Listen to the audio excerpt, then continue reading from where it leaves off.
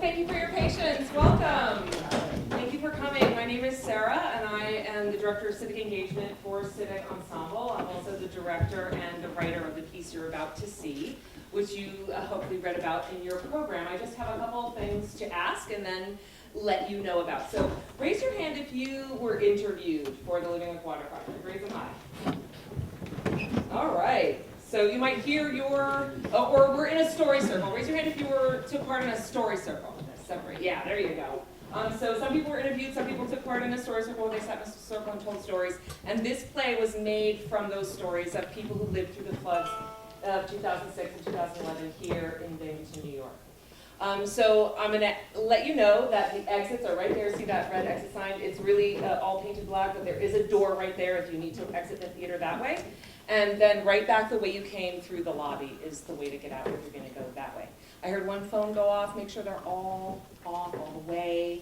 Do not turn them on or check a text or take a picture. There's no photography. We have photographers who are sanctioned, and they're the only ones that are sanctioned. So if you're interested in pictures, let me know, and we'll see what we can do. But please don't take pictures during the performance. There will be a discussion directly following the show, which is 80 minutes long. And we'll have some of the project leaders talk about the play and the project and how the play came about. So thank you for coming and enjoy the show.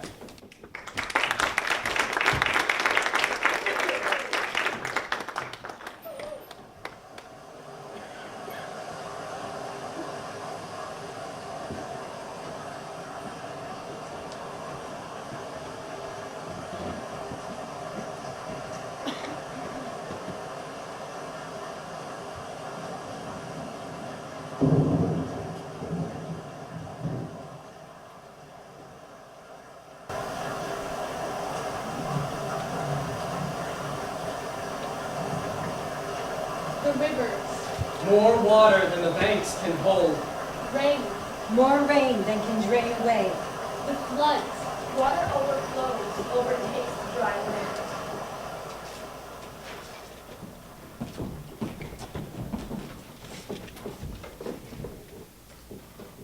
I'm Thea. I'm 15 years old and I've lived through 2 floods. Once in a lifetime floods, twice in a lifetime. I'm here to find the story of our floods with you. I'm looking for answers. I'm looking for the next time to make more sense and feel less like my life as I knew it had ended. Because I wasn't prepared for what was coming. Nobody was prepared.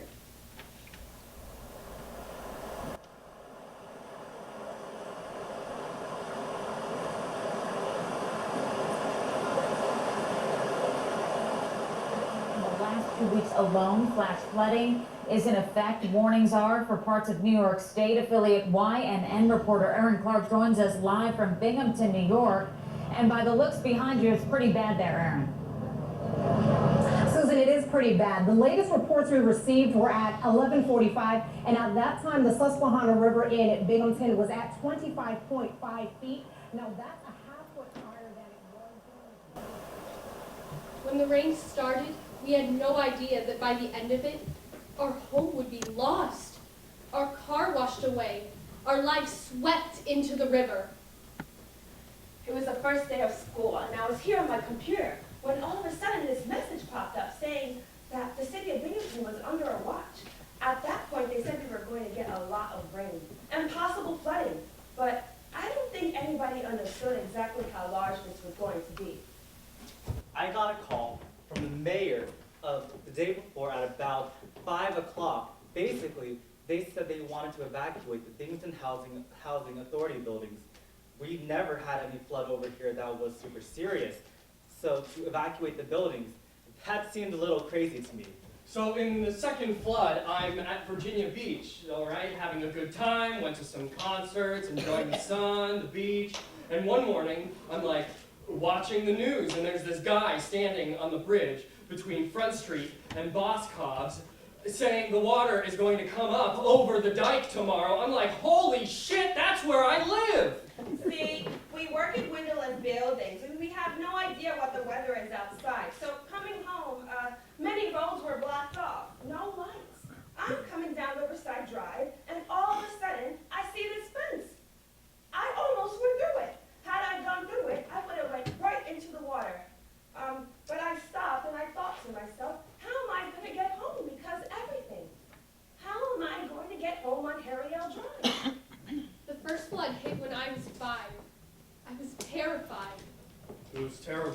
was terrified. I was on my front porch watching the fire marshal come down the street in a boat, you know, with his megaphone in his hands telling people, evacuate your property. This is a disaster area. This has been declared a disaster area. Get out of your homes.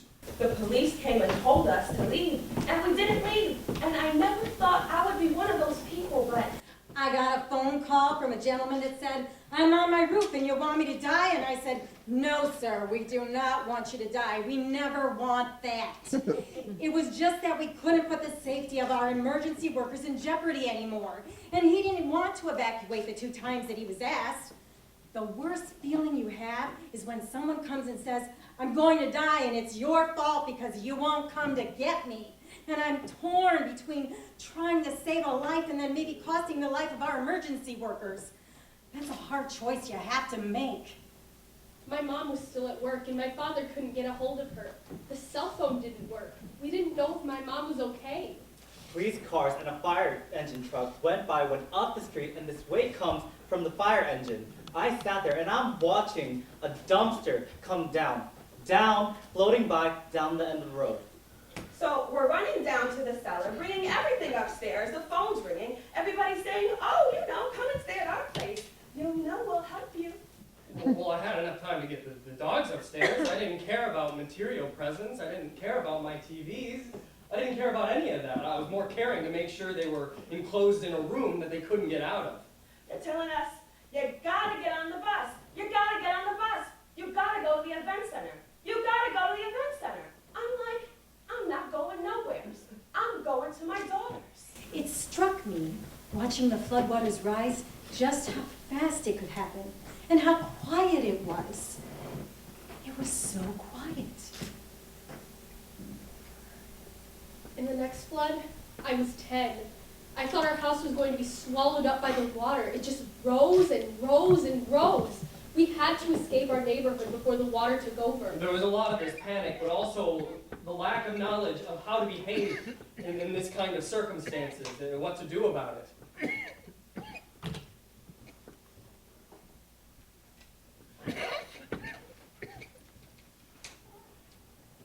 There was some comfort in thinking about the protection against floodwaters that we had in the city. That comfort quickly dissipated because those flood walls were completely inundated when the river went over the top of those works. Well, she only had a 3-bedroom, but she put us up. She said, yes. She says, get to us however you can. So there was my mother, 3 little girls, me, my pregnant daughter, and 2 of her friends that stayed in this 3-bedroom apartment. There was like 7, 8 of us in this 3 little bedroom apartment. People don't tell kids anything. I didn't know what was happening. Where would we go? Would we lose our house? I was on my front porch, and at this point I had to be rescued in a rowboat that went up onto my lawn, onto my porch, the front porch, and rescued me and rowed me back down off my lawn to up the street and about halfway up the side street. There was nothing. No water, no flood, nothing. There was water surrounding our entire building, and we were not touched. I don't know. Thank the Lord. I don't know how it happened, but by the grace of God, we were not affected with any water at all. I sat high on a hill and watched everything on TV and thought, oh, thank heavens I'm up here. Well, there is a sense of, invasion and some sort of, loss of control, loss of it's our home. So it was very emotional. Everyone in a state of shock. Will my school still be there? Are my friends okay? There was so much swirling around. How will everyone live now? And it was just so quiet. Like you think of natural disasters like hurricanes and tornadoes, and they do so much destruction. And in the process of it, you hear it, and you see it, and water. It's so strange. Just hearing people's stories is incredibly important, and I think folks who are helping are inclined to want to push them along quickly, and that's a huge mistake. You need to let folks just say their thing over and over until it's almost like if they say it enough, they'll eventually believe it and adapt to it. And they can understand where they're at and move on. They need to do that. I don't need to do that. I don't need to hear these stories. All I hear is talk, talk, talk. I want something done.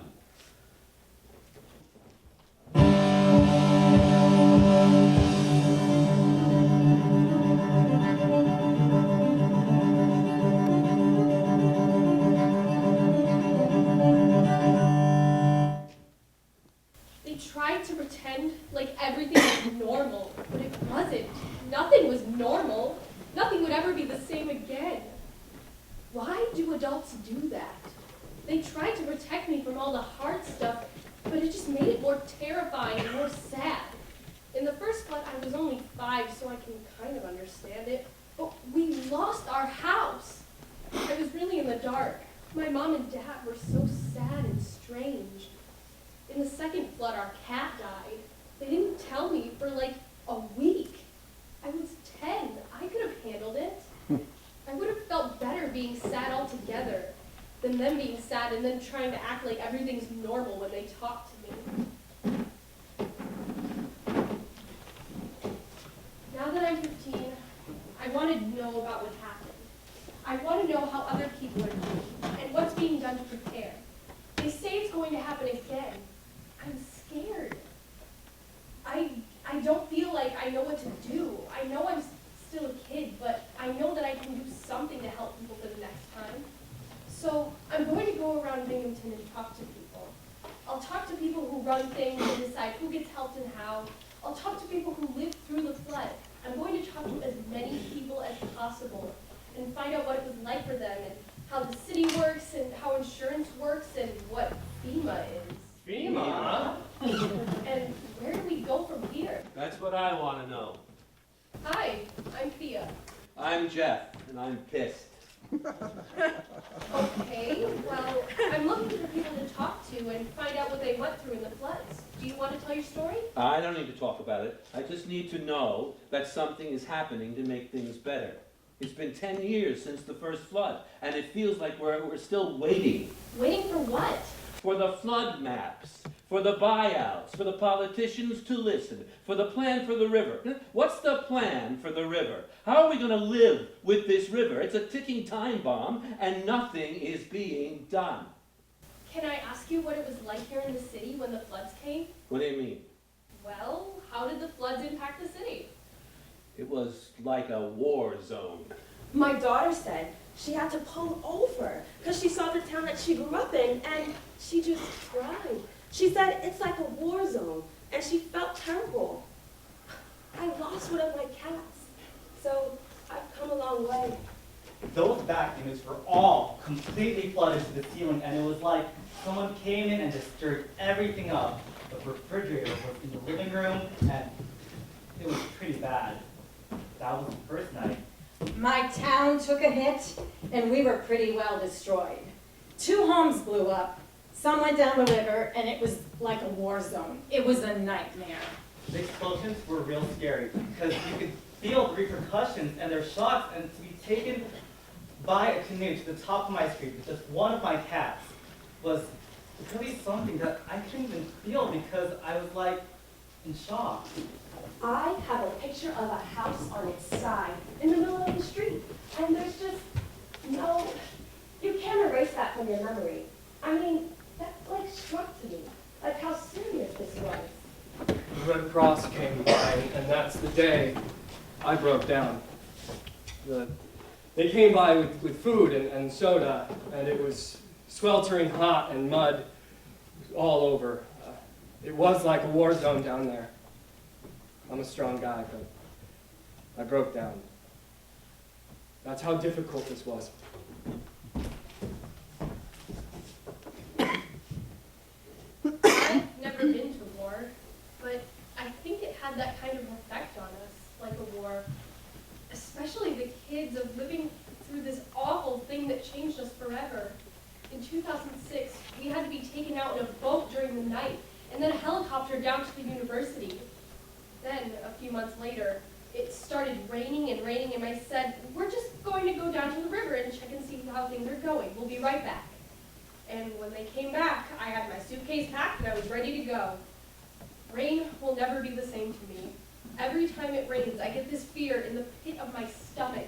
Like, is this it? Is this the next big flood? And I go through my mind where I am, and where my family is, and how I can get to safety if I need to, and who I need to call if it starts flooding.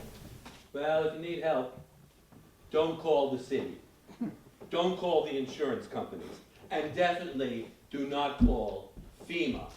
FEMA. We're going to take this one step at a time, Jack. First, I want to see how it felt for people to face what they had lost. Go ahead and wallow if you must. What I really remember from the flood was going down to the river and just like watching how everything washed up. There would be just so much weird stuff washed up. There would be children's toys. There would be like boxes, wooden planks, you know, just very odd stuff just washed up. And it was just people's livelihoods, you know, people's memories just getting washed away and coming up on the river. The floods of 2006 and 2011, in which everything you treasure turns to trash. Pictures. Documents, Mementos. old poetry, my mother's wedding gown. My father's manuscript. Records. Records? Like, for a record player? Yes, records.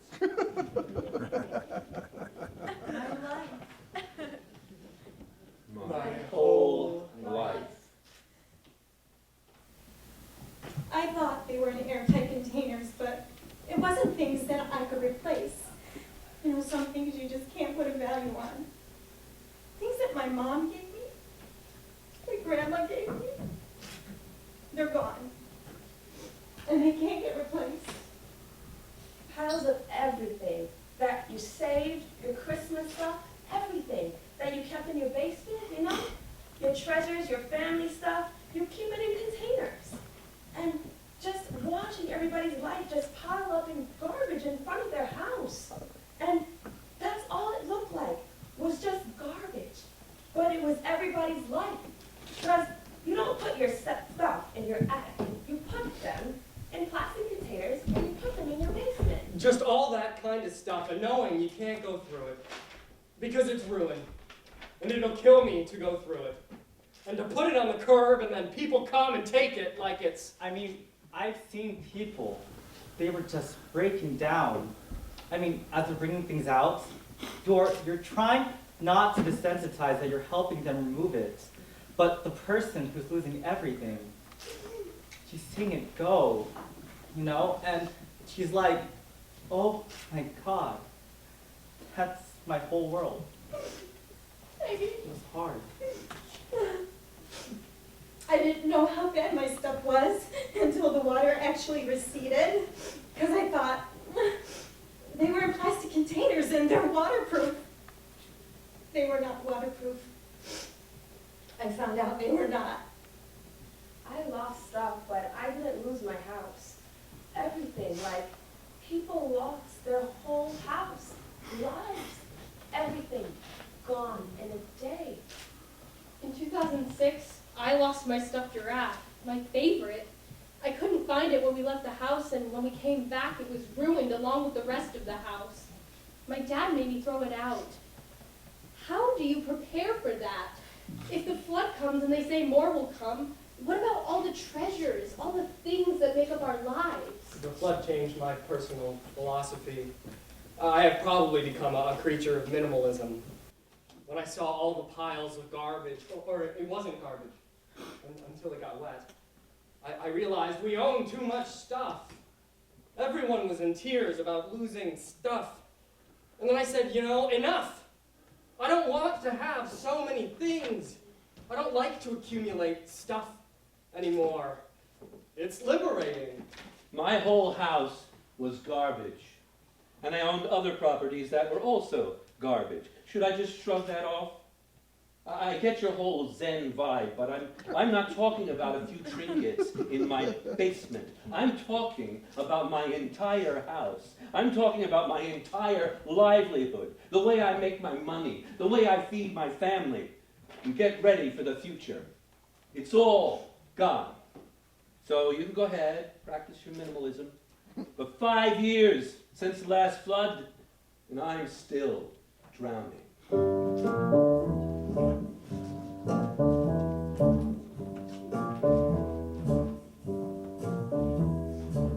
Sometimes people talk about the flooding in a general way. Like, they can't always differentiate the details of what happened in the flood. But they were very different.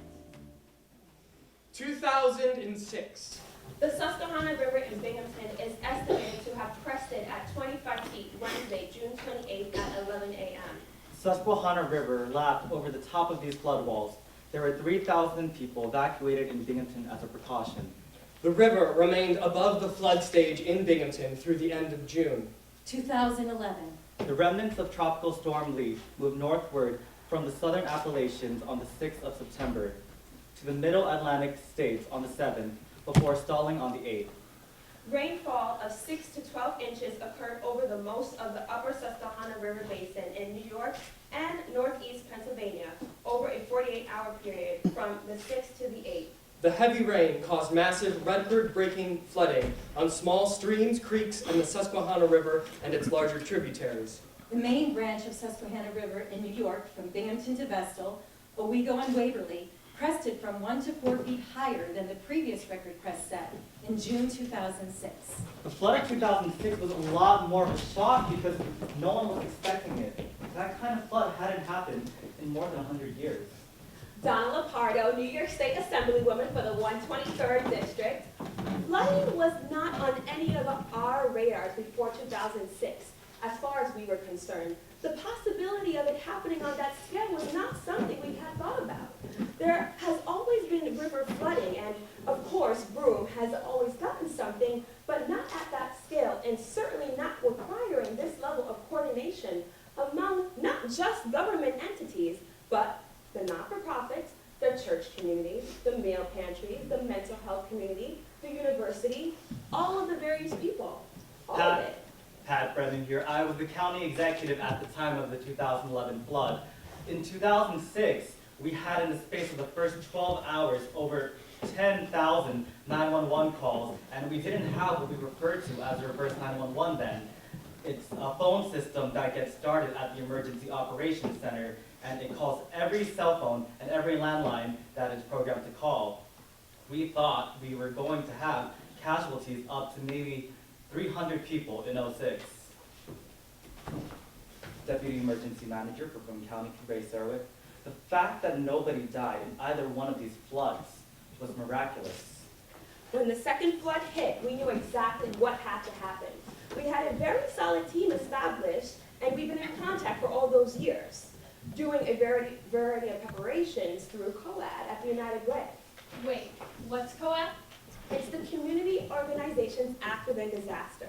It was formed after the 2006 flood to coordinate relief efforts, so we knew what everyone was doing. So when the 2011 flood hit, we were like, okay, we know exactly what to do. It was virtually the same team. There had been a lot going on in the meantime because we had no reason to suspect this would happen again. So we didn't lose any time at all leaping into action the second time around. If we had any questions about something, we called Frank Evangelisti from Office of Planning and Economic Development. He's a great resource. He'll lead us to who we need to speak to. Hi, Frank Evangelisti. When 2011 happened, I think everybody was shocked. The first one into June 2006 was a shock to everybody, but 2011 was even worse. I don't think anybody could really come to terms with that it was going to be worse and happen again so quickly. I mean, that was so fast. The flood in 2011 was a sucker punch, and this is the hardest part to talk about because you see people suffer and no longer feel safe in their own homes. But I feel that we were much better prepared in 2011. Debbie Preston, County Executive. Between 06 and 11, we had a lot of training and a lot of things changed because we discussed everything that we could do differently.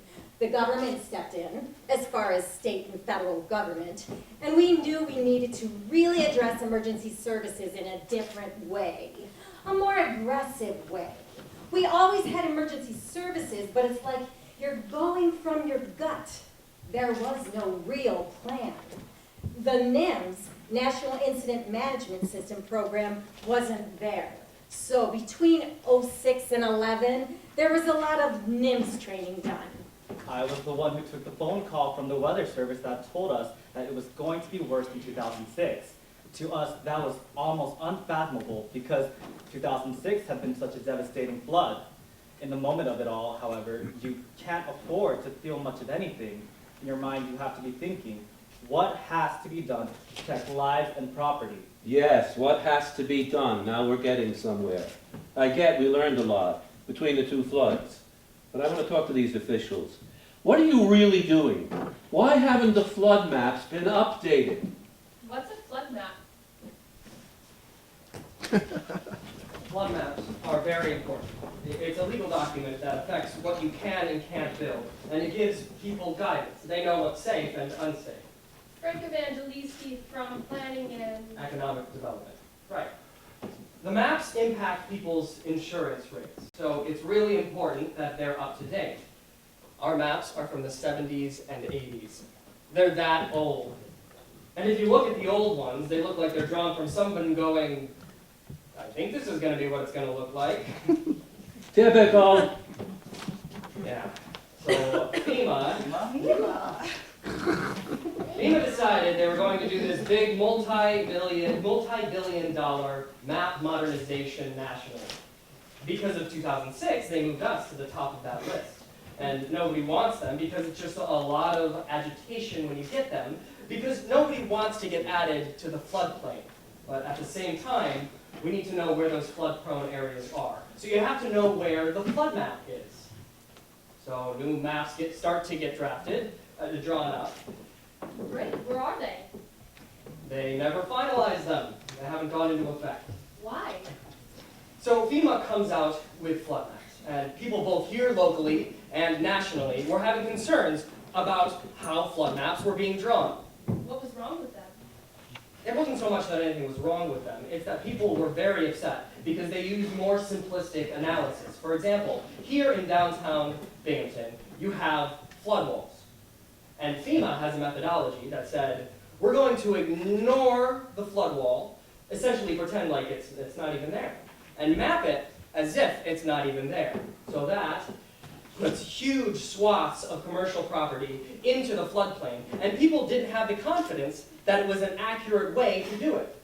So it wasn't that it was necessarily wrong, it just was, if you're going to go from, I don't need flood insurance, do I have to pay $10,000 a year in flood insurance, and somebody tells you, well, we're just pretending that wall isn't there, people couldn't wrap their heads around that being the methodology. There was a loss of confidence in the process. Exactly, but what's being done now? We're still waiting. We're in a neverland of not having new maps, not knowing when we're going to have new maps. They put us on hold, and we remained on hold, from 2010 or so. Not only are there no new flood maps, they're not even on the horizon. There's no schedule, which is very frustrating because a lot of people want to know. I think a lot of people think we have new maps because the process of drawing those preliminary maps was very public. Besides the flood walls not being included, were the maps good? Yes, if you look at the preliminary ones they made, it's much more followable. There's topography, they're clear, and they were highly predictive. I mean, they still were pretty accurate even in those areas. So what happens if there's another flood and we don't have new maps? We'll just have to go with the old ones, I guess. Who is running this show? Who decides these things? Doesn't anyone care about the people who have to deal with this on the ground? These floods will come again, and we're not ready. That's what I want to do. I want to be ready. I want to help us get ready. Then why are you rehashing all this? How is talking going to help you change anything? I'm not sure. I think I need to understand what other people's experience of the flood was. We had to evacuate in 2011.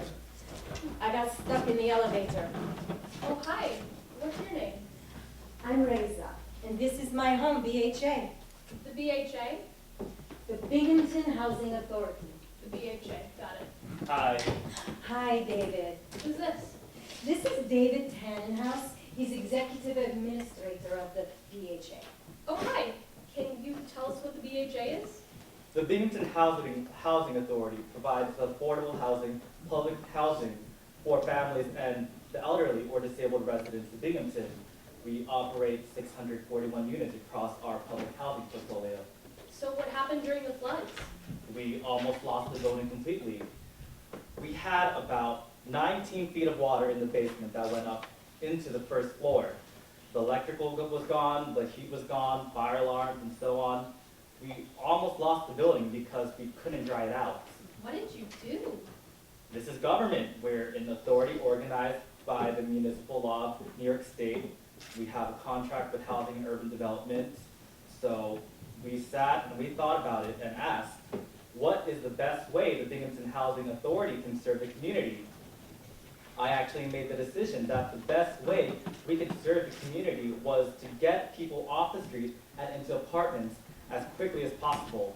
That's what we could do. How did you do that?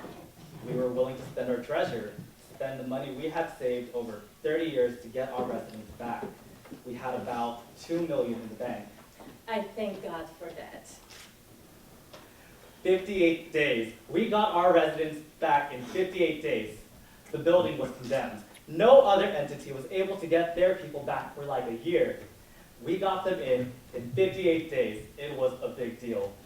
It was hard work. They worked their buns off. And I mean, they went to each and every apartment, cleaned out the refrigerator and the freezer. So it wouldn't be, you know, sitting there stagnant, and they deserve all the credit in the world. That's Jackie. She lives here too. And Marie. Within those 58 days to get the people back in here, we just worked around the clock. They worked around the clock. Yeah. Yes. Yeah, around the clock, 7 days a week. They worked around the clock until they could get this place up and running. We had contractors in here 24 hours a day on different shifts. Some contractors were clocking in 12 to 14-hour days, like electricians and plumbers. It just didn't stop. Such a good job to get us all back here. Right, Jackie? Marie? That's right, Riza. You know what the best part of the whole flood was? When they said, you can come back home. Oh, yes! Yeah, they asked me, are you glad to be home? And I said, yes, I'm glad to be home. And the next time that I leave, they'll carry me out. That is true, yes. We were all so thankful that Binghamton Housing could bring the building, these 3 buildings, back up because We were fortunate. apparently what I've been told, now I'm not trying to scare the other residents here, but what I've been told is if this happens again, we will not be able to redo these buildings. I'd close my ears to that. Okay. Right? We don't have $2 million in reserve anymore. The government is not putting the money into the right places in terms of this. In a way, they have their heads in the sand. What do you mean? You don't think the government is doing the right things? We have war stories to talk about, and there's an ineffectiveness about that can wear people down. If you go in the future and everybody has put all this energy into something, and you talk about resilience and all that, if you put them through the same thing again, and then again, it would wear people down. They'll get very discouraged. What do you mean resilience? Resilience is bouncing back. You have to find a path that makes sense to you and that is realistic. So what path makes sense to you? I think it's important to stabilize the center city. Let's get the mechanicals out of the basement and we can function. We would have never had to close the building. What the Binghamton Housing Authority does is it builds neighborhoods. That's exactly what it's about. It's about community. The community strengthens these neighborhoods. That's right. We're family here. When they closed the building, we all had to leave. It was terrible. We had only very few minutes to get everything together and get out. That's right. It was a very short notice that we realized that about 26,000 people needed to be evacuated. Ray Sarah, right? Deputy Emergency Manager? You did a good job. Thanks. Well, we didn't end up sheltering all those people. Many of those people had families and friends outside flooded areas, and they were able to go and stay with. We did, however, end up sheltering several thousand people, and that all had to be set up in a very short order. The number of people displaced in 2011 was high. Art Johnson, Commissioner of Social Services. The Binghamton Housing Authority was down several hundred beds. The YWCA was down just under 100 beds. The Salvation Army was down, and the Salvation Army had, their rehab program had alcohol and drug clients, sex offenders, it had probationers, parolees. Then low-income housing in this area got wiped out, and then there was a high-rise that most elderly and disabled lived in, was knocked out, and the YMCA was knocked out for a while. So all these large buildings that house altogether over 1,000 people easily were all knocked out, and we had 3 nursing homes knocked out. You know, you're apprehensive going to the event center, but after a while, it got so fascinating. I will say, the first time the coffee showed up, call went out through the place. Coffee's here! But it was so fascinating. And the security showed up, medical showed up, food showed up, and then the politicians showed up. Hi, Donna Lapardo again. The event center was the shelter of choice at the time, which housed hundreds and hundreds of people. Pat Brennan here, county executive at the time of the 2011 flood. Another one. Binghamton University was very reluctant to let us use their event center for a shelter. We actually had to go up the chain of command to get the governor's office to tell them they had to. In 2011, there was some pressure coming from the university that restored this in a hurry. What added to the entire drama that year is that we lost 2 complete elementary schools, at least 2 nursing homes, and we had some of those folks there at the event center. So it was a lot of scrambling, and people stayed at the event center a lot longer than people had expected to. Long time. Oof, over there. How long were you up in the event center, Reza? About 3 weeks. Wow. When we was in the shelter, they treat us nice with nice fresh food, drink. The food was good. They give us nice warm blankets, nice pillow, you know. And the social workers was there, and they had doctors and everything. And so in case we do get sick or something, or we need to get well, they did a good job. And I appreciated what they did for us, because if it wasn't for them, we would not be here today. We won't. We will not be here today if it wasn't for them to save us. When Binghamton University had to shut down the shelter to use it for its own needs, our people from the BHA started being dispersed. Some of them went to the New York State Office for Disabilities Facility on Glenwood Avenue, but they were just all over. A lot of them were on the street and running out of money. There were a lot of meetings figuring out where to put these folks, and a lot of these Section 8 individuals just scattered to the winds. We couldn't even track where they all went. It was terrible, terrible. They had to, when they shut down the event center, they had to ship people back to, they couldn't come back here. Oh, They had to ship them to Bloomberg Elemental. yes, They had to ship them to Syracuse. yes. All over the place. I mean, it was so sad for these guys because, I mean, some of these people aren't even from here.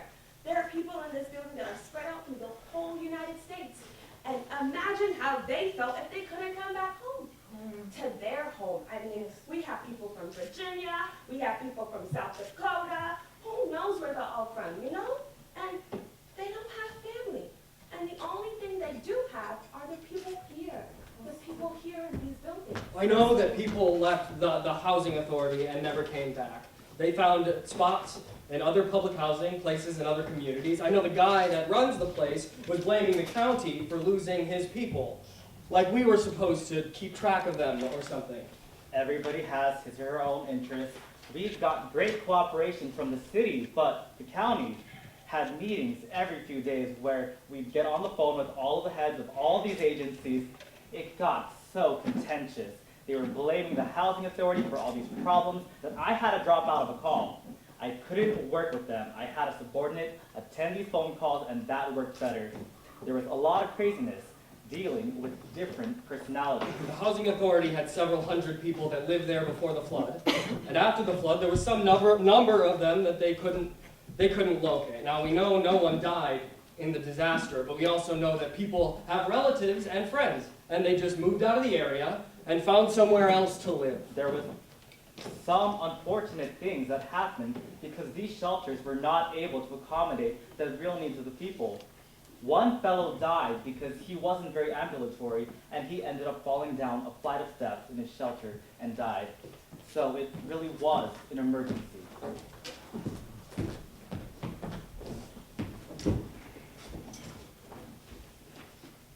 They always say that no one died from the flood. That's not true. Keith Lane, Mental Health Association of the Southern Tier. A few suicides occurred. Really? Yeah. Oh, I didn't know. Yeah. What happened? Well, so just to go back, the county applied for and received funding through FEMA and ANSA to provide a program called, at that point, then was called Project Recovery. This was a funded program because we were a federally declared disaster, when states, local government applies for individual assistance, crisis counseling is one of those components that they can apply for. So our area did apply for those, resources. In total, we made contact with over 20,000 individuals after the flood. So, and I don't want to dwell on the real negative, but now that I'm starting to learn more about these deaths, how close were your team to the suicides, or did you just happen to hear of them through the grapevine? One of the individuals was in contact with one of our crisis counselors. And there was some clinical involvement, and the individual ended up completing suicide. We weren't close up to the other. I think pretty much we just kind of heard about it, and I don't think it just was two. I think there were more than two. But what happened? Why did they do that? Was it something from before the floods, or was it just the floods? Did they not have people to help them? Well, we would go door to door, and we would do a checklist, and that checklist would indicate whether or not we needed to provide some follow-up. And if it did, we'd follow up.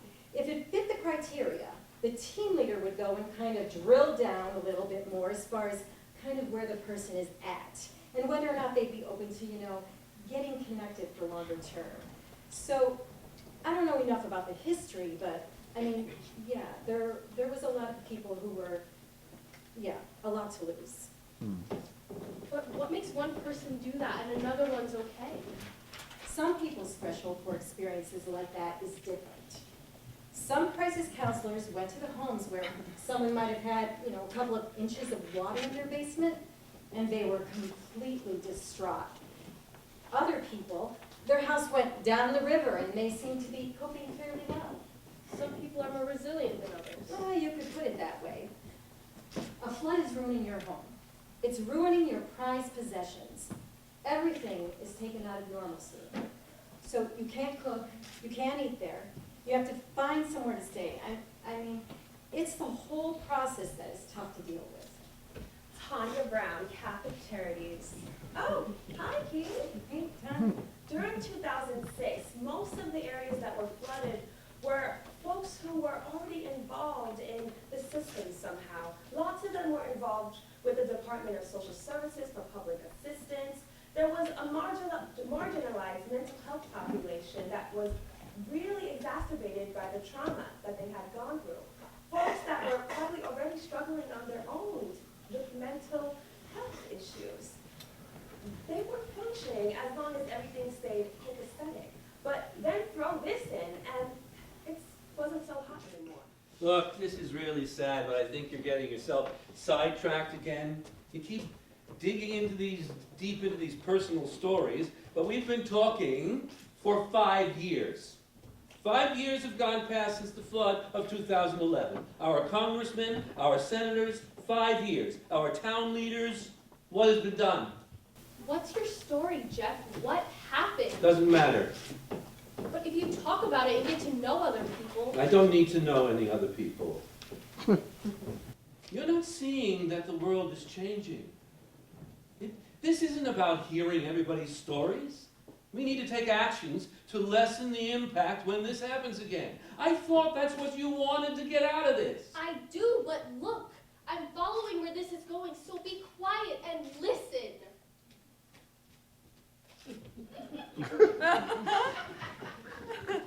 Tanya, tell me more about the part Catholic Charities played in this month. In 2006, there was a lot of discussion around safe, sanitary, and secure. If I ever heard those words again, I was going to scream. I wanted to add sane to the list. Safe, sanitary, secure, And sane. Yes, we spent a lot of time with renters because they didn't meet the criteria of COAD. what's COAD again? Community Organization Active in Disaster. The mission is to provide a collaborative structure to coordinate the work of the community organization and resources to mitigate, prepare for, respond to, and recover from disasters in Broome County. And Catholic Charities is a member of COAD. So COAD would give out money? In 2006, we figured a way out of a system where we had access to money through United Way, another COAD member, but the governmental environment had sort of changed by 2011. It went from FEMA to AFC to Catholic Charities USA and down. The Headfield area was in Albany. I called it the mothership where everything happened. So who were you helping? You said something about renters? Renting and flooding is the worst possible thing because tenants don't own the building rented. We're able to take a holistic approach and look at people's case by case. Now, people are homeless. Now they don't have water. They don't have meds. The family that's hosting them was struggling financially to begin with and can't feed them. And now they're unemployed because wherever they worked also got shut down. All those sorts of things. We look at your case for its merits, and we're able to help people get back on their feet. People need basic needs met first, then they need some stability. Finally, something that makes sense. Yeah, we try to do that. When you're sitting around the table with folks who all come from different backgrounds and they're saying, we never had a washing machine. In my mind, I'm saying, do you want one now? Should we figure out what we can do to help you now? But maybe not everyone needs a washer and dryer. But maybe this mom with 12 kids does. Or maybe this mom with 6 kids does. Or maybe the single dad. Yeah. I don't know how a family lives without a washer and dryer. A lot of people do. For us, again, it's going to be very heavily based on the person in front of us. Because what's okay for me might not be okay for everyone. So if you grew up without a washer and dryer, but I did not, when we're at that table, I'm saying no. These family needs a washer and dryer because I have 2 kids who are in sports and I'm constantly washing uniforms and getting them out of the door, and we're getting home until 8 o'clock at night. Then we're flying out the door at 7 o'clock in the morning. I need a washer and dryer. I still have to be able to justify this to a larger group, but I'm typically not concerned with being able to do that. Joe Salapak has a story about COAD and the dryers. Hi, President of COAD and Director of Broome County Council of Churches. I mean, we were looking at one little pot of money, and you have to think, how are you going to stretch it as far as you can? So, this was one of the fights that actually went on, and it was over a dryer, whether a dryer was necessary. The women on the committee said, absolutely, we say we need to have a dryer. And the men were looking at it going, no, you don't need a dryer. So that was something. Yeah, that's something. I give all the kudos that I can give to what Catholic Charities was able to really do with their case management, because those were the people that were facing the folks who had lost things during the flood, and they had to deal with all the stress of those conversations. I was proud to work for an agency that could think outside of the box. And I'm saying that, and I'm not saying that as criticism. You have to be careful how you approach things.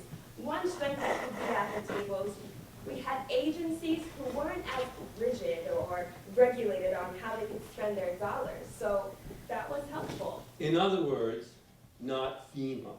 FEMA! Yes, exactly. FEMA. These guys are incompetent, and they have the agenda that is beyond my understanding. FEMA just kept changing the adjusters that were here. You never knew who you were going to talk to, and you could tell some of the people were new, so they didn't know what they were talking about. They would promise people things, and then it wasn't going to come through. I saw what you did there. What do you mean? How you changed the subject to FEMA. It's time. FEMA is a very complex organization. It's controlled by the federal government, and that's why we have so many problems with this country. Not to get political, it has nothing to do with parties. It has to do with the particular jobs that are not being trained properly for the people that are in them to take government money, which is our taxpayers' money, to prevent these problems from happening in the future. And FEMA came in, and that was a disaster. You want to talk about a disaster that, besides the flood, they still owe us $600,000, and they won't pay us. I don't understand what FEMA is really. I mean, they help when there are disasters, right? But what do they have to do with insurance and buyouts and all that? Jim Rollo here. Who are you? We consider it to be the best insurance expert we know. Really? And who are you? Yes, and I'm a real estate agent. I'm sure there are many agents that know their stuff, but we trust Jim the best because he really pays attention. I run a State Farm insurance office here in Binghamton, so I wanted to clarify a few things about flood insurance. First, anybody can buy flood insurance. One of the myths about flood insurance is you've got people saying, I'm not in the flood zone, therefore I can't buy flood insurance. Or, I am in the flood zone, and I can't buy. Anybody can buy flood insurance. Renters can buy flood insurance, so if you're renting property or renting an apartment, and it's in a flood zone or not, you can get renters flood insurance to cover your belongings. Anybody can buy flood insurance. It's the National Flood Insurance Program. What we sell is only through the government. So it's not from an insurance company. No, we sell you that policy through the government, and the government pays it out when the claim comes in. The Flood Insurance and Mitigation Administration, or FEMA. Hold on. I thought it was the Federal Emergency Management Agency. That's FEMA. F-E-M-A. This is F-I-M-A, and it's a department of FEMA. F-E-M-A. No wonder you can't figure any of it out. Yeah, it gets confusing. So this is insurance through the federal government, and as I said, anyone can buy it. You don't have to be in a flood zone. Okay, so we get that people outside the floodplain can get insurance. But explain how they decide how much each person has to pay for the insurance. Great question. So the way it works is at every location there is a base flood elevation. An elevation taking has to be done by a surveyor, but a base flood elevation, that's 856.2 feet above mean sea level. They measure the lowest area in the house, and they charge you accordingly against their number. The lower the elevation, the higher the premium, but things are changing fast because of the Bigger Waters Act. What's that? In 2012, the U.S. Congress passed the Bigger Waters Flood Reform Act of 2012, which calls on the Federal Emergency Management Agency, FEMA, and other agencies to make a number of changes to the way the National Flood Insurance Program is run. Basically, premiums on homes that are in a floodplain are going to go up between 15 and 25% a year, unless they reach what's called full risk. And the full risk depends on the elevation. Right now, most policies are subsidized and don't cost as much as they should. Why? Why are they changing it? How is anybody going to pay that? The NFIP is bleeding cash because they're not collecting enough premiums to pay the claims. And there's floods happening all over the country. They want premiums to reflect risk, actual risk. For example? Okay, there's a property in the town of Union that is already in a flood zone under the current Broome County maps. I had a guy from the town of Union call me and say, can you look at this policy because something has to be wrong with this. I think the premium was $9,000. This is a home that would sell for like $60,000. There are properties and neighborhoods in Binghamton that are exactly the same position, the exact same position. Whoa. Yeah, the flood insurance premiums are astronomical. Let's say you want to buy one of those homes and you qualify for $1,000 a month mortgage payment. Of that $1,000 a month, if $300 a month of that is flood insurance and the rest is property taxes. How much do you have left for principal and interest, which determines the selling price of the house? If you have a willing buyer and this is all they can qualify for, then the seller of the house has to say, well, I don't have any other willing buyers that are qualified. I have to sell it for this price. So that flood insurance premium, that monthly payment for flood insurance, erodes the purchasing power of the home buyer, which erodes the price. Yeah, wow. Yeah, people are losing equity in their homes. It's all about uncertainty, right? Will the maps be approved or won't they be approved? When will they be approved? And when they're approved, what is that going to look like? Nobody knows. So why would you buy a house with that cloud hanging over it? You mean the flood maps? Yeah. Right around the time of these floods, FEMA came along and started updating the flood maps. Yeah, we heard about that already. Okay, so you're already ahead of the game. So they're in the process of updating these maps. And FEMA sends out these letters to 7,000 property owners in Broome County, telling them that their homes are going to be remapped into a flood zone. Yeah, and we all know that the maps were never adopted. Right, so we have a big problem in Broome County. We're still in limbo. There are 7,000 properties that are currently not in the flood zone, that if you look up a property on Broome GIS, what you can see is the preliminary FEMA status of a property versus what it currently is. The policyholders are in limbo. I get that people didn't like the way they didn't include the flood walls, but why didn't they just change their methodology and finalize the maps? It's really frustrating for me. The maps were supposed to have been approved in June of 2010. People complained about the new maps and how it would change what they had to pay, so they went to Senators Hinchy and Schumer, both of whom intervened with FEMA, and they had the whole thing put on hold. Now, had it not been put on hold, everyone with a mortgage in the floodplain would have been obligated to buy flood insurance. And the outcome, the financial impact on people would have been substantially different than it was in 2011, because all those people, and most of them have mortgages, would have had flood insurance. But they don't. You know, hindsight is always 20/20, but you know, good leadership gets people what they need, not necessarily what they want. And here we are, with people continuing to be exposed, and some people haven't bought flood insurance. Are you blaming people for not wanting to be in the floodplain? No, I think he's saying that whether they want to be or not, they are in the floodplain.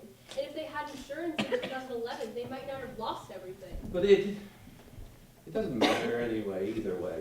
I had flood insurance on all my properties, and I saw people without coverage get paid out before I did. Yes, that happened. People who didn't have flood insurance got paid before people who had flood insurance. FEMA employees were going out writing checks, and the people who bought flood insurance aren't getting paid anything. What's wrong with that picture? They get put into this bureaucratic sinkhole with all this nonsense paperwork, and the guys and the people who don't have flood insurance get a check immediately. Why the hell were they doing that? That doesn't make sense. No, it doesn't. But you really want to talk about something that's broken, it's the flood claims process. It's horrific. It's unbelievable. The claims adjusters come from all over the country. They're third-party contractors, not FEMA employees. They are from claims adjusting companies who specialize in adjusting flood claims. Now, I'll tell you the case of a family who got flooded a couple of days after they moved into their house. Here's what happens. So the claims adjuster comes, and we're walking through the house. I notice his daughter is with him, who was a college student. She traveled up from Alabama with him. And he's got a box of files, manila folders. He's got a box of manila folders, so he does all this by hand. Okay? I'm holding the tape, he's doing the measurements, and then he has his daughter writing it down on a sheet of paper. All the dimensions, all the numbers, all the square footage, whatever needs to be covered, she's writing it down. So he's up here for several weeks because he's got a ton of places to go. And then he goes home. He's got hundreds of files. Now he sits in front of a computer in his house and he manually enters the data for these hundreds of files. So I think how long it takes this guy, who's not computer literate by any means. When I saw that box, I started interrogating this guy. I'm talking to him while we're doing the measurements, and he's explaining to me what he's got to do, and I thought, this is going to be a nightmare. People are never gonna get paid, and it was true. This is crazy. What's even crazier is the banks. You don't have to tell me that. The banks are all over the place. In order to secure a mortgage for a house in the floodplain, you have to have flood insurance. But there's no standardization when it comes to what banks require for flood insurance. Visions Credit Union says we want 70% of the replacement cost. The replacement cost is just a little over the selling price, but not as much as what it actually costs to rebuild the property. Wells Fargo is pretty strict. They want 100% of the fire policy. Whatever the fire policy says, that's what they want. So what happened? So we've had people lose their homes. They get the mortgage from a mortgage broker. The mortgage broker says, you only need the mortgage amount. So they get the mortgage amount. Then 60 days later, the broker sells the mortgage to Wells Fargo. And Wells Fargo sends a letter to the policyholder that says, your flood insurance coverage is inadequate. Then the people who just got into this house, by the skin of their teeth, now can't pay their mortgage payment because the flood insurance just got forced up. So that's an issue. The banks do whatever they want. Here's another issue. Another one? If you are buying a home in a flood zone, and you buy a flood insurance policy, and you have a mortgage, there is no waiting period. However, if you are purchasing that same property for cash, no mortgage, there's a 30-day waiting period. I had a guy call me, bought the property in the middle of August, the September flood comes, the waiting period has not expired, the place was a total loss. He paid cash. It doesn't make any sense. The 30-day waiting period is based on whether they have a mortgage or not. Well, here's what I say. Why is this set up to protect the banks? But the private individual who goes out and pays cash is not afforded the same protection. It's not right. It doesn't make any sense. The guy has no recourse. Nothing you can do. He bought the policy. Flood insurance didn't kick in because he didn't get a mortgage. Does it ever end? It never ends. What happened, Jeff? Here. Here's the story that exemplifies my flood experience. This past June, I get a call from City Hall. Here's how it went. Hi, is this Jeff Spencer? Yes, who's this? Hi, my name is Dana Morgan. I'm calling from the city of Binghamton to let you know that FEMA is going to be making an announcement soon about the buyout, and we're finding out who's still interested. On my list, I see you have 4 properties in the first ward. Are you kidding me? No, sir, it's happening soon. I can't believe you have the nerve to call me. Sir? Why don't you go check your list against the list of the foreclosures in the last 2 months?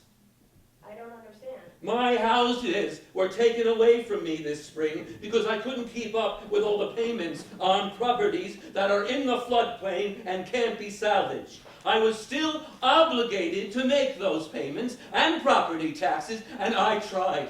For 5 years, I've been making these payments, and you idiots at City Hall, and the buffoons at FEMA, and the incompetents in the office drag it out and play your political games with flood walls and claims adjusters, and year after year as it goes on. It's been 5 years!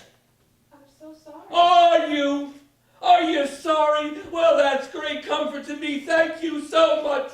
That'll help me a lot now that I have lost my properties. My marriage is over, and I never get to see my children.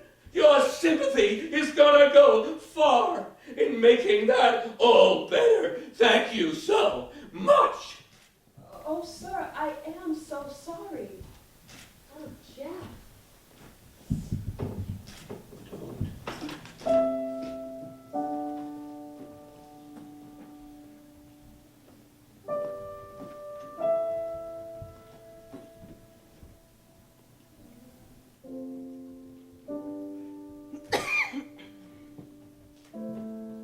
I go over and over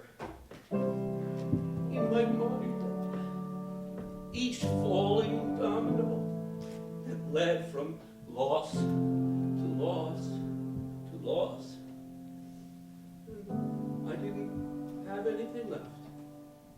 I didn't have anybody left. I had everything and then I had nothing. The floods are an act of God. We can't solve that. We can't prevent that. But we can lessen the impact. We will never be able to completely eliminate flooding, but we could lessen the impact from flooding. How do we do that? All they gotta do is drag that river.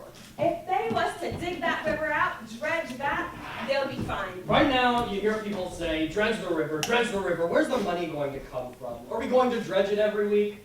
You know, the city forgets about it. They don't want to do anything about it. You know, the only way they're going to fix that is to drain that, to drag that river out. There are so much rocks and so much smuck and so much garbage stuck at the bottom. I think probably the thing that we still struggle with is educating people that dredging doesn't work. That if there were simple solutions, we would have done them. If it was as simple as dredging the rivers, we would have done it. That's not how it works. These problems are very difficult to solve, and the issues are much bigger than your neighborhoods. It's tough. The main thing the city is looking into right now is how can we handle this mass of waters? As far as flooding goes, the best solution is to take that areas that are flooded and try and turn them back into green space instead of rebuilding them. Frankly, we don't need to live along the rivers anymore.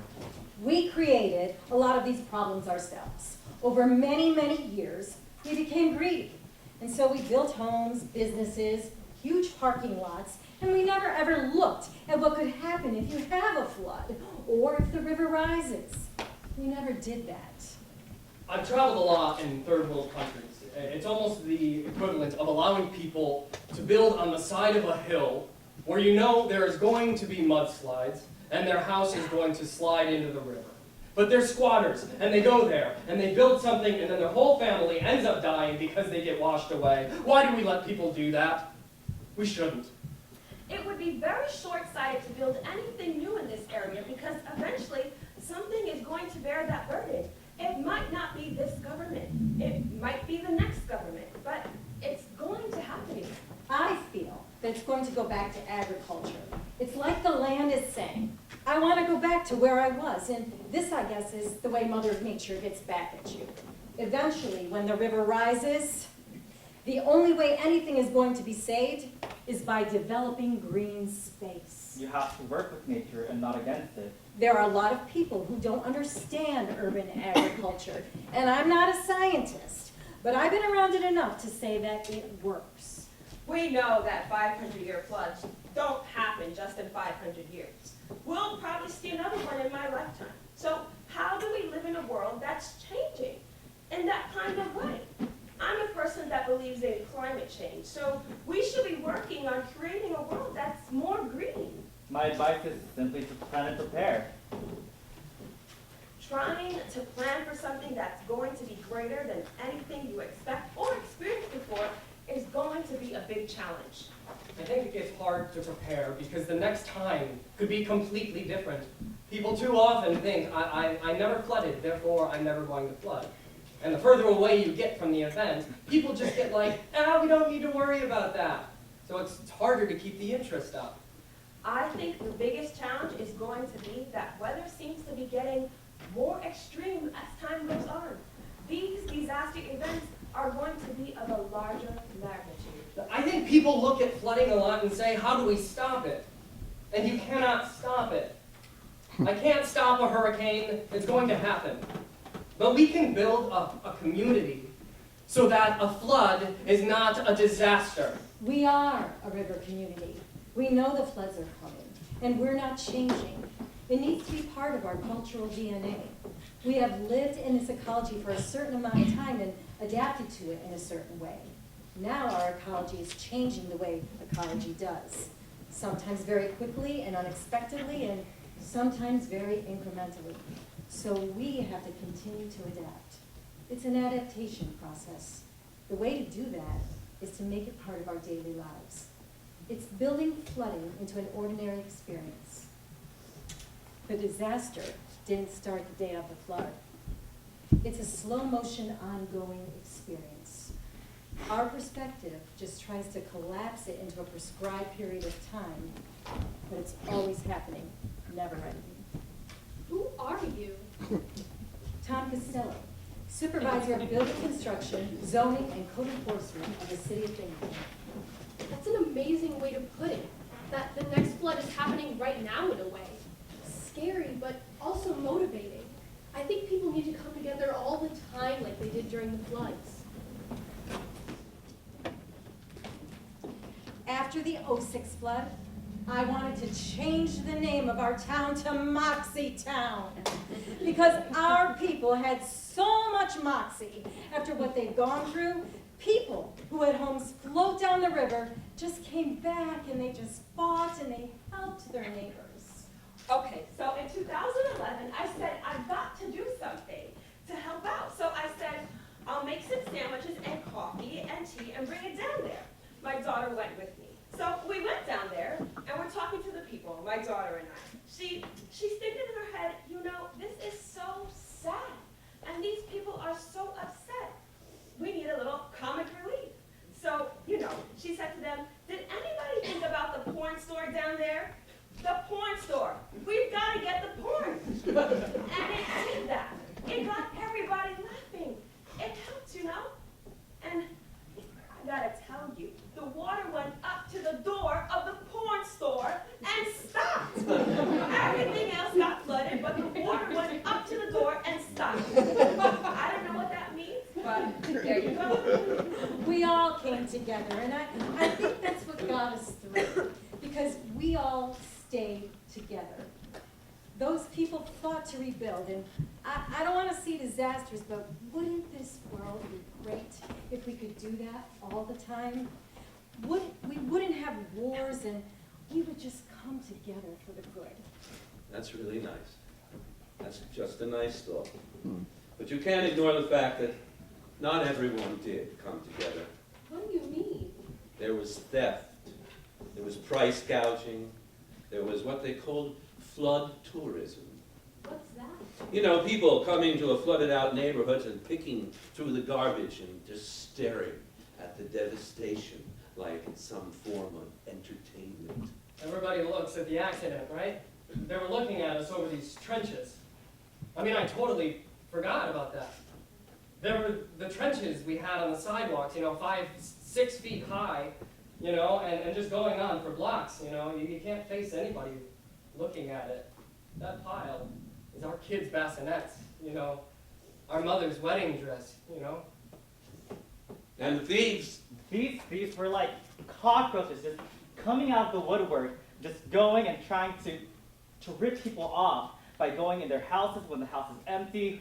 That house next door, all the cable wires, the cable, the copper, and everything was all ripped out of the walls.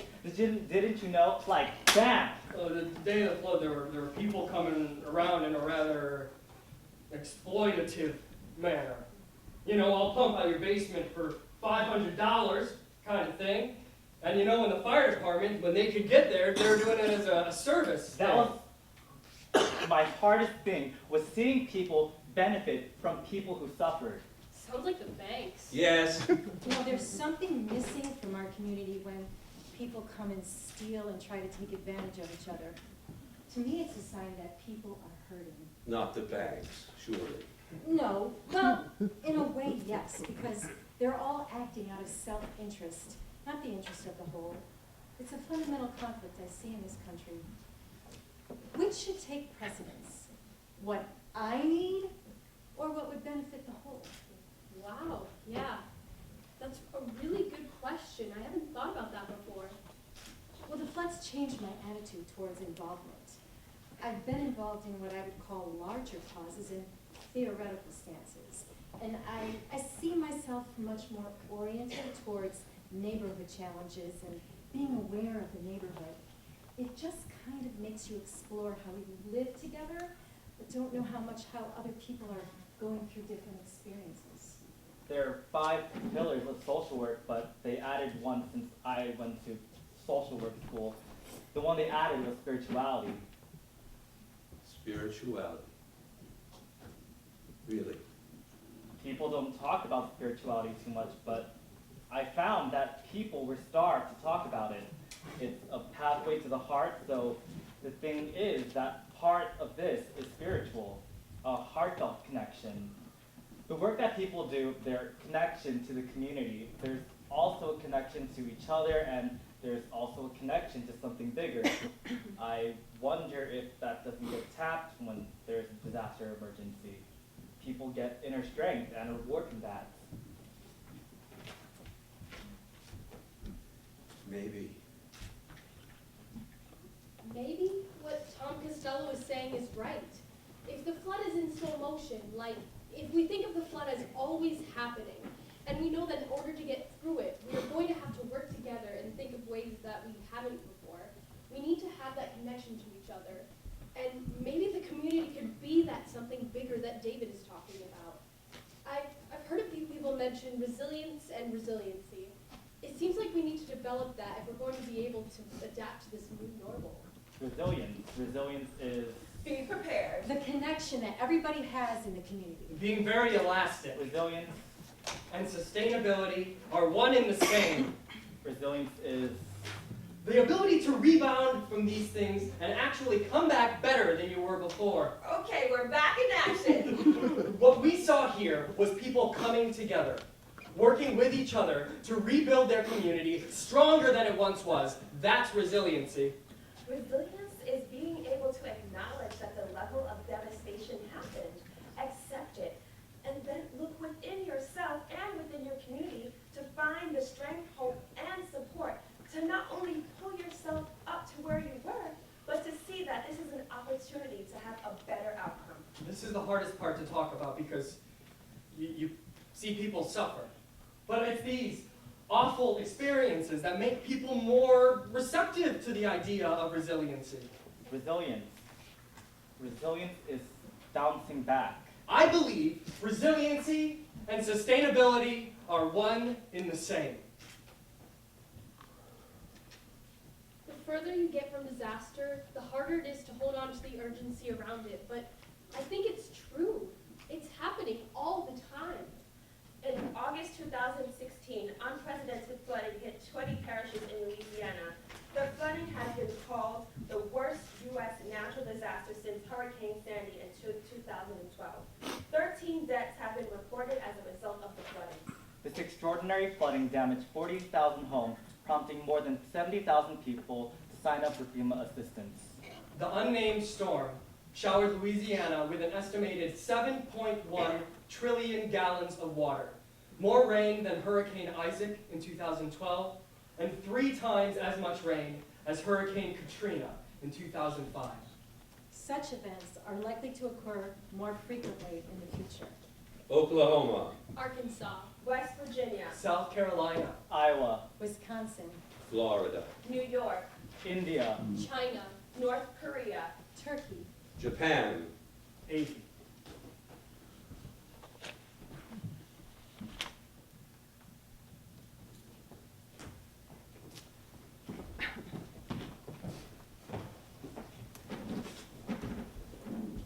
when I was in grade school, we learned about the people who first lived in New York State, the Haudenosaunee Confederacy. You mean the Iroquois? That is what they've been known by. Iroquois is a French word. Haudenosaunee is the correct name, the Longhouse people. Okay. The Confederacy is made up of the Mohawks, Oneidas, Onondagas, Cayugas, Senecas, and the Tuscaroras.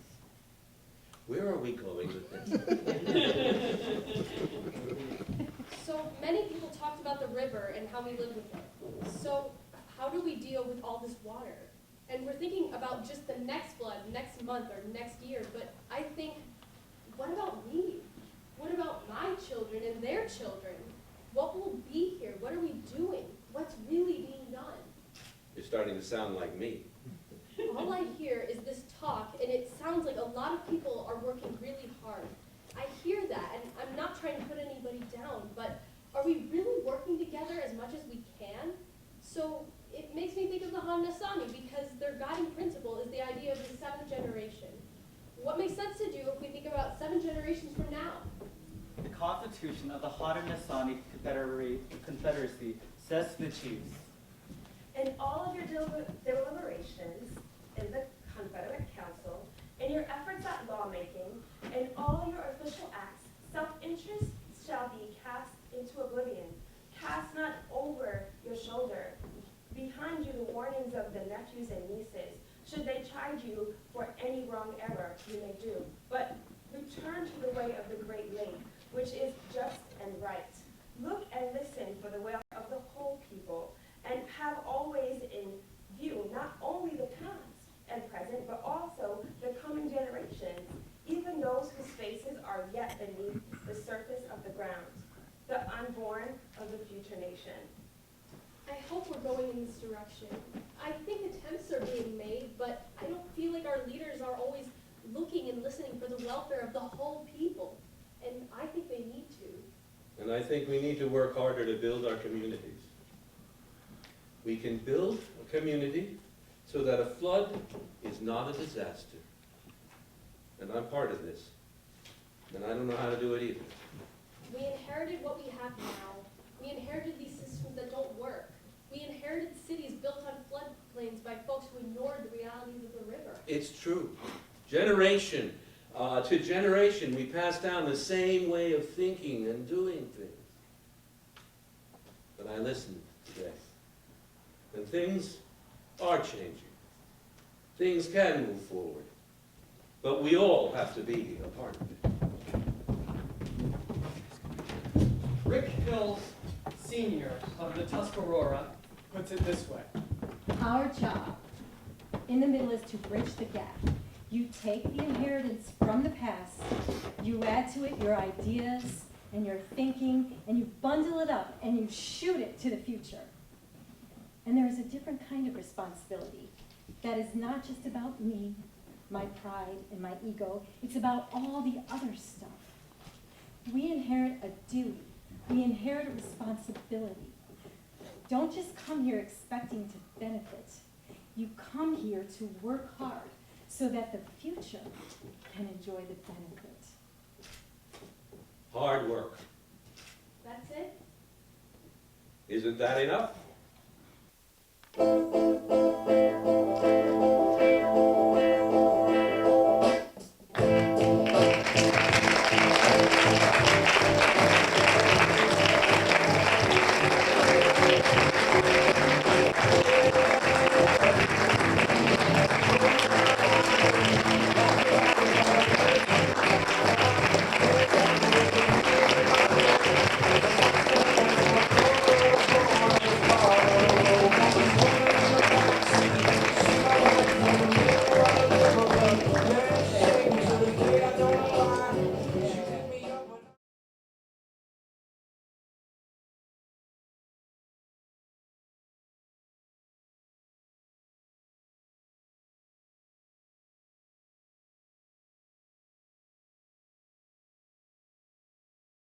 We've been working on partnering with the City of Binghamton, Cornell Cooperative Extension, Broome County, and a number of human service agencies throughout the area, as well as Broome County government, to really commemorate the 5th anniversary and 10th anniversary of the 2006 and 2011 floods. So we really wanted to use this as an opportunity to reflect back what we had been hearing from the community and decision makers in Binghamton about the floods and how to move forward. So yeah, and I'm from Cornell University, so very happy to be here in Binghamton to share with all of you. Just to start out with, what I wanted to start out with actually, I know normally these things start out with like, someone asks the questions and like we kind of like we say some things and then we go like, hey, you say some things, what do you have to say, or do you want to ask us something? But we're going to kind of switch it up a little bit and actually have you all have a conversation amongst yourselves, preferably someone you don't know, but if you don't find someone, that's cool. And I think the question, the big question here is this, right? there are two questions that I charge you to answer. Number one, how can preparedness and resiliency be more participatory? Meaning everyone participating, right? How can preparedness and resiliency be more participatory? Second question, and you'll have 3 minutes, plenty of time to figure all this out. The second question is, what would benefit the whole? Someone asks that in the play. What is it that would benefit the whole? Okay, great, good. You got 3 minutes. Find someone you don't know. If not, turn to your partner, the person you're next to, that's fine too, and talk. You got 3 minutes. Figure it out. Where you from? Find some strangers.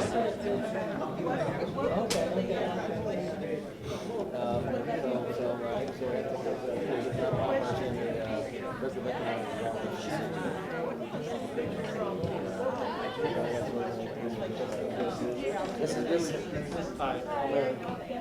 Nice to meet you.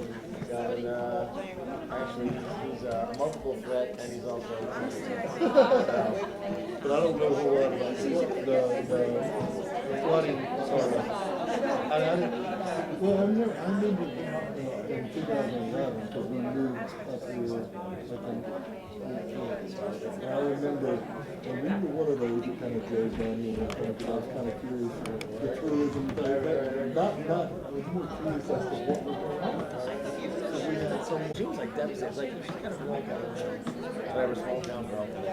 And and I'm like, oh yeah, I guess she's feeling like I was like I said, well, what's supposed to be a word kind of positive thing? Like you're gonna call it and we're gonna say we're gonna give good news. That we're giving you money. You're gonna get your money. You're gonna get your money. Are you excited about getting your money? And, you know, and she's like thinking, I'm like, I said, you know, and I told her, I said, maybe she's the one that talked to the joke. Yeah, played a good character. She did. We'll save the world.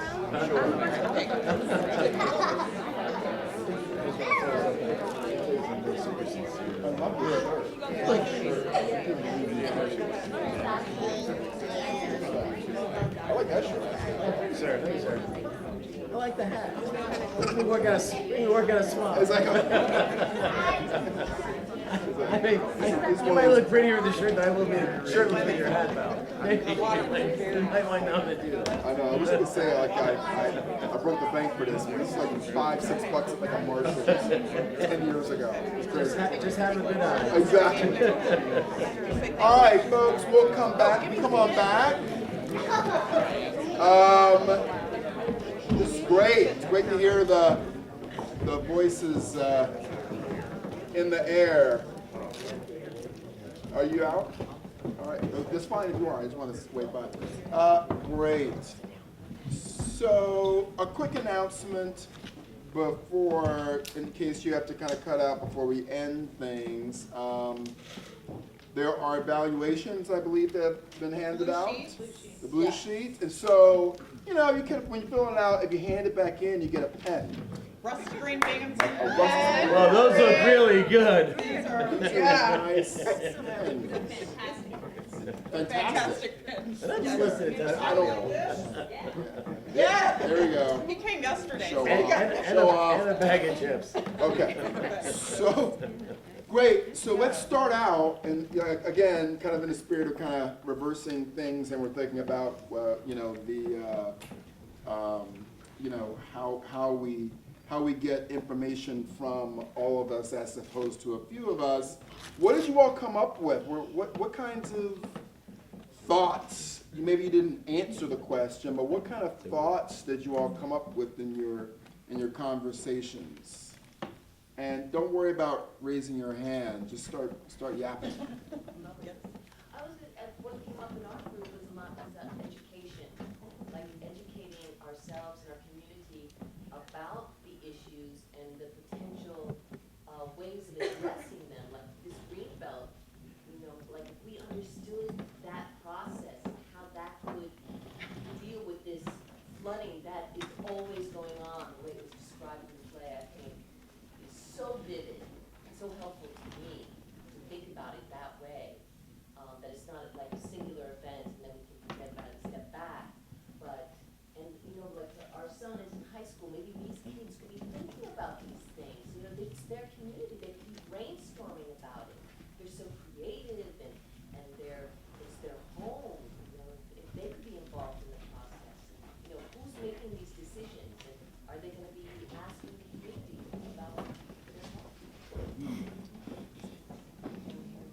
But, oh, yes, please. I forgot your name, and one Cornell. Shorna. You remember what I was talking to you about yesterday?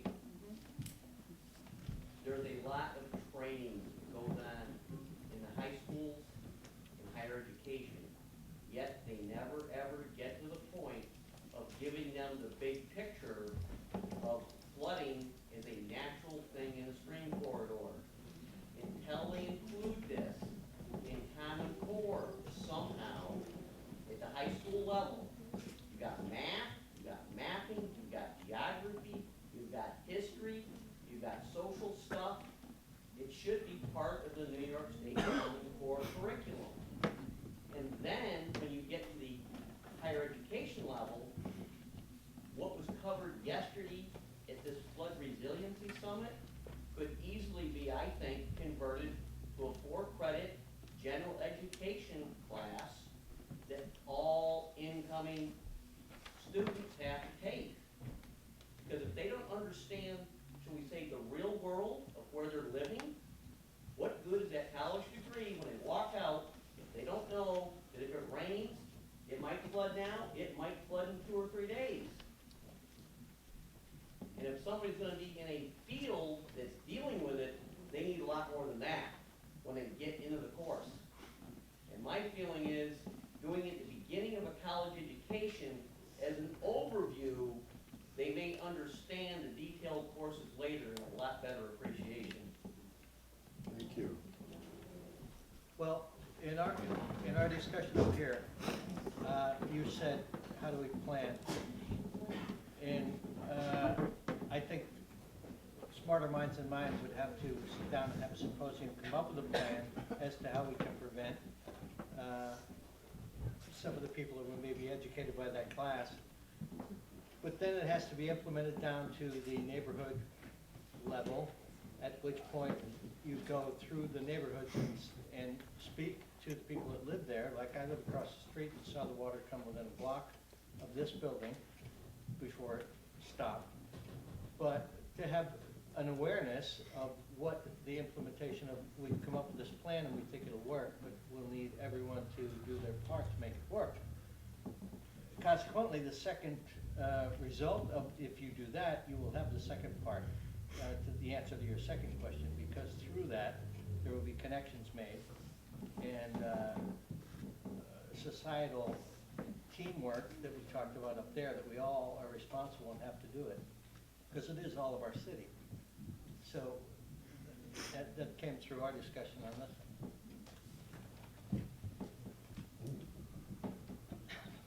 I'd like to suggest that your story sharing format is one that should not be just limited to an event focus. That if we use that all the time as a way of getting acquainted with our friends or neighbors and developing an empathy, then we're more likely to know what our neighbors need when it's a flood type catastrophe or just a family problem or a school closing or a teacher passes away and all of a sudden there's a whole group of people that are tuned into it instead of just individual families. So I think that's a process that could help sensitize the community to one another, and that would help people be more prepared no matter what the disaster or minor crisis, the death of a cat could be.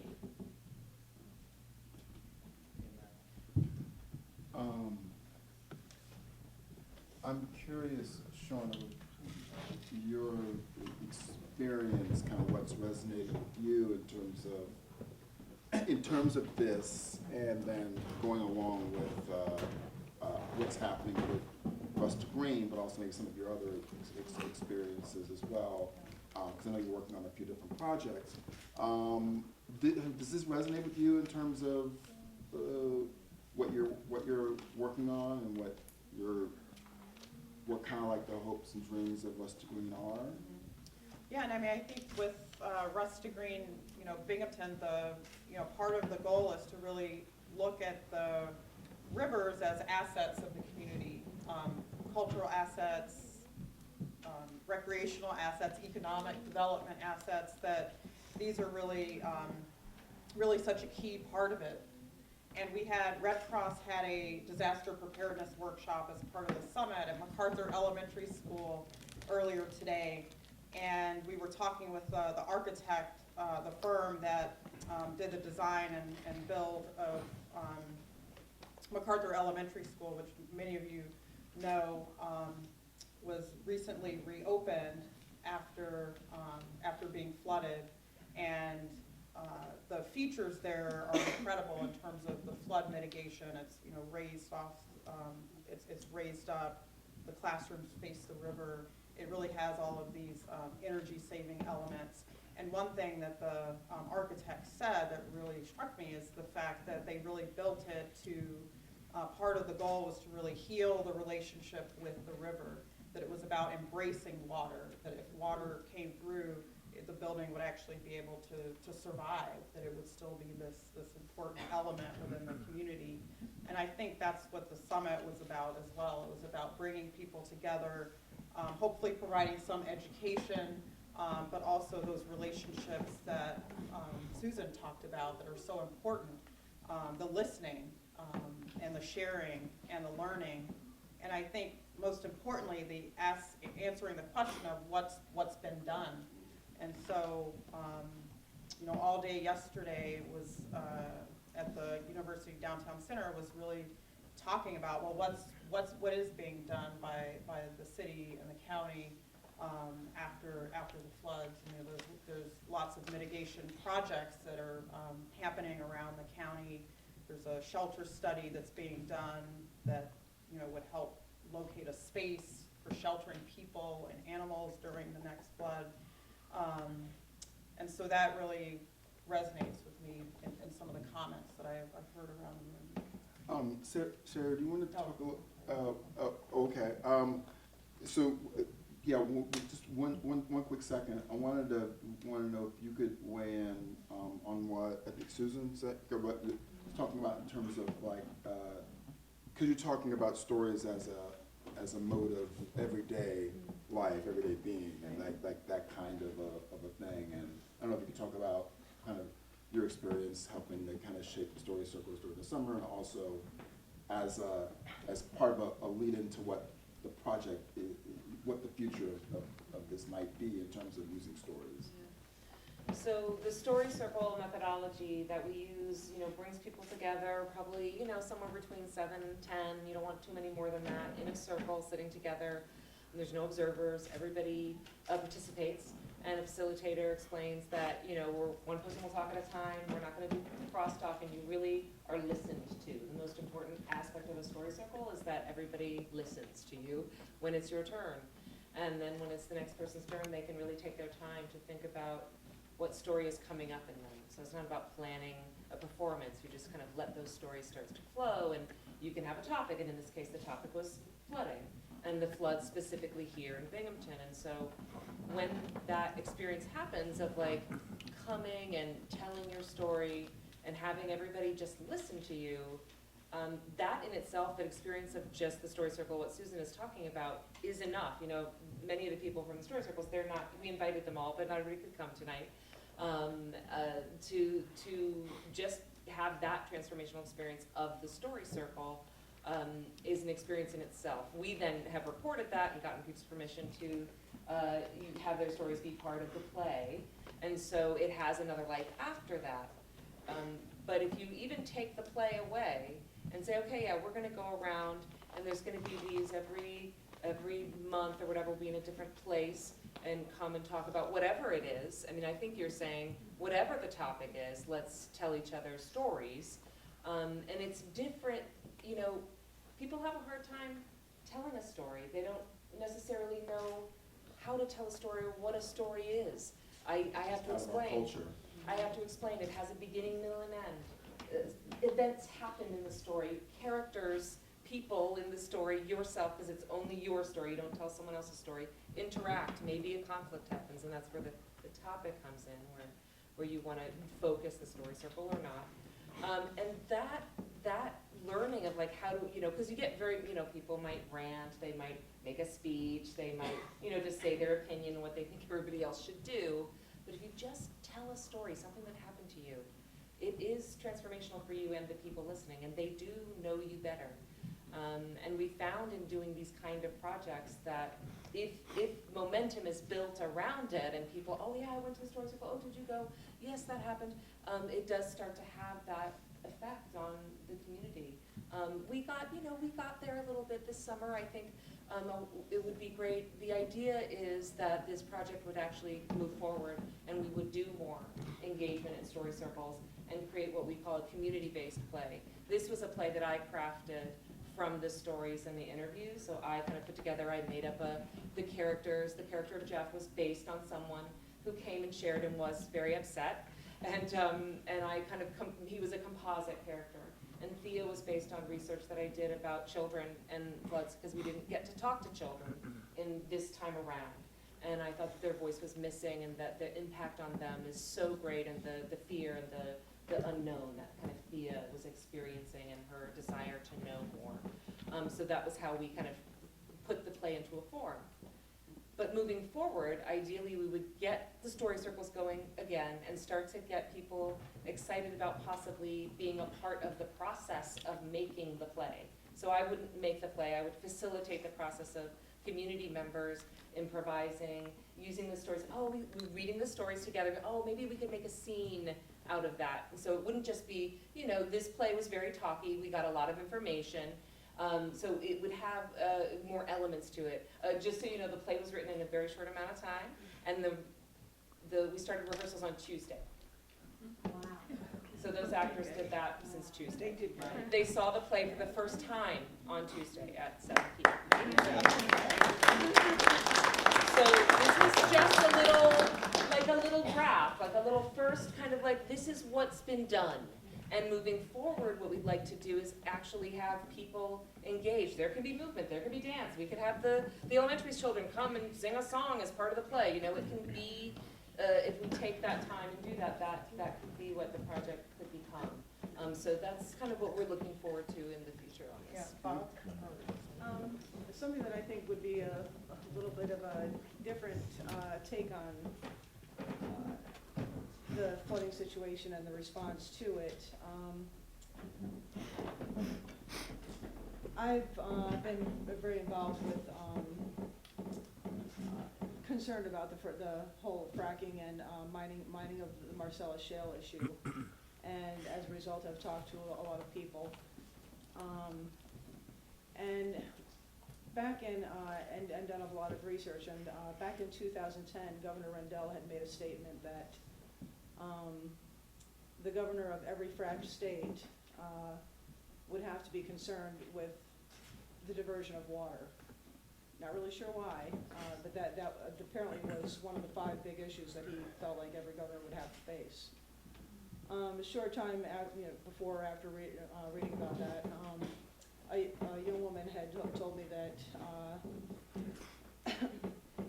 flooding would be used as a means of gaining access to lands that were in the Delaware River Basin that were currently inaccessible.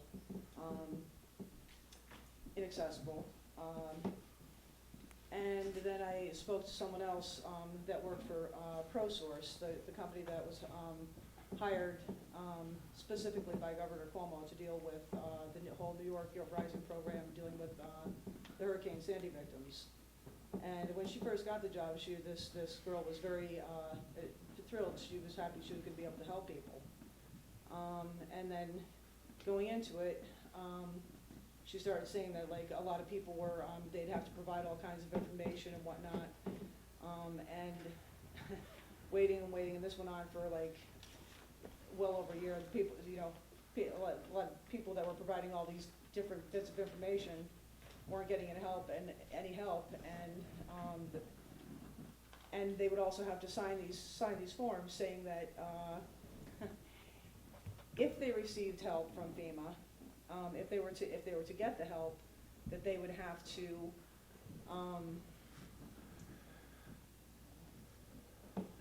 maintain flood insurance, and if they didn't, they would have to pay all the money back. So even if you were actually owned your property, didn't have a mortgage, it actually were, so I mean, it was putting people, and then the insurance rates went, I mean, it was almost like, okay, well, we'll help you, but now you're gonna end up ultimately have to, whereas before your flood insurance was $300 a year, now it's gonna be, what, $2,000, $10,000 a year, or better. Basically, you're giving people, saying, oh, okay, if we actually give you some help, which is questionable, if we actually give you this help, you're gonna lose it all anyway, because there's no way you're gonna be able to afford to pay for it. So I mean, it was just, I don't know. And this company ProSource, when I sit there and checked out some information on them, their field of expertise was politically sensitive land acquisitions, right-of-ways, things like that. Tetra Tech, who's big in here in Broome County, and I believe in Shenango County, a lot of their field of expertise involves mining. It's just I just would hate to see that people, the flood victims, actually be exploited, and to encourage people in this area to accept major changes to our landscape. And I'm seeing like massive ditches being put in my area out in the country, and which will totally change the landscape and start to look like Pennsylvania, where they have those massive ditches with the big huge rocks in them. Yeah. No, that's an important perspective. And Bob, I know you had a comment as well.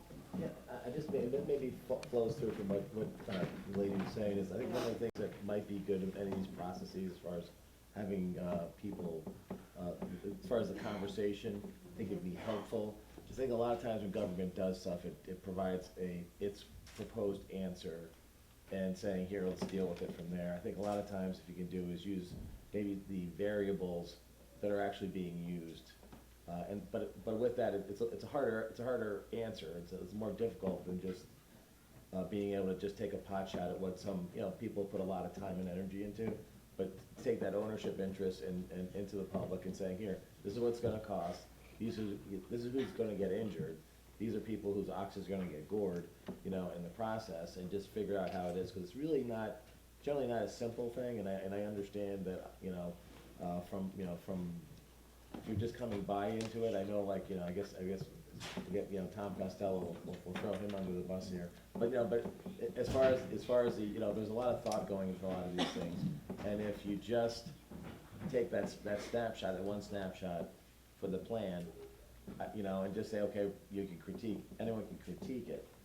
But the other side of that is, I think if everyone knew what all the variables were, and I think we should treat our citizens as adults and let them have that.